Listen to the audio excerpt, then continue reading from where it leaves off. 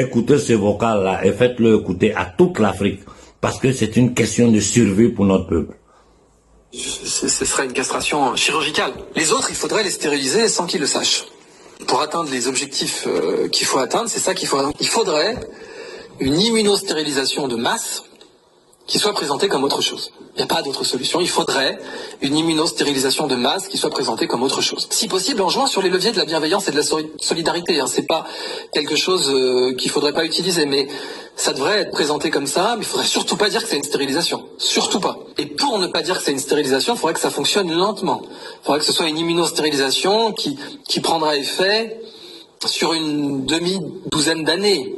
Minimum, vous voyez, pour que vraiment la fécondité baisse, qu'on ait des femmes qui n'aient plus leurs règles ou qui aient leurs règles complètement déstructurées, complètement déréglées.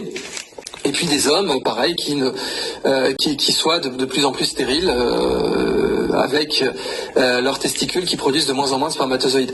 Mais pour pouvoir le dénier, parce que vous avez compris que le déni plausible est essentiel, si vous voulez vraiment tuer 7 milliards de personnes, ou en tout cas faire en sorte que à l'horizon 2100, il n'y ait que 1,5 milliard de personnes sur Terre, il va falloir un déni plausible. Donc, si vous pratiquez l'immunostérilisation, l'immunovaccination, dont j'insiste, dont elle existe depuis longtemps et fonctionne très bien, il va falloir la cacher sous autre chose. Il va falloir avoir une excuse pour la pratiquer à si grande échelle et pour injecter des milliards de personnes, parce qu'il va falloir injecter, si vous voulez immunostériliser des milliards de personnes, il faut injecter tout le monde. Après, il y a plein de façons de faire ça en passant.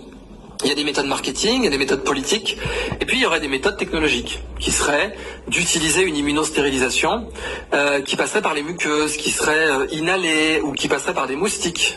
Ça a existé aussi. On a fait des stratégies d'immunostérilisation avec des puces sur les lapins.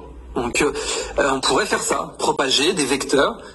Bon, je ne vais pas finir parce que quand je parle moi-même souvent,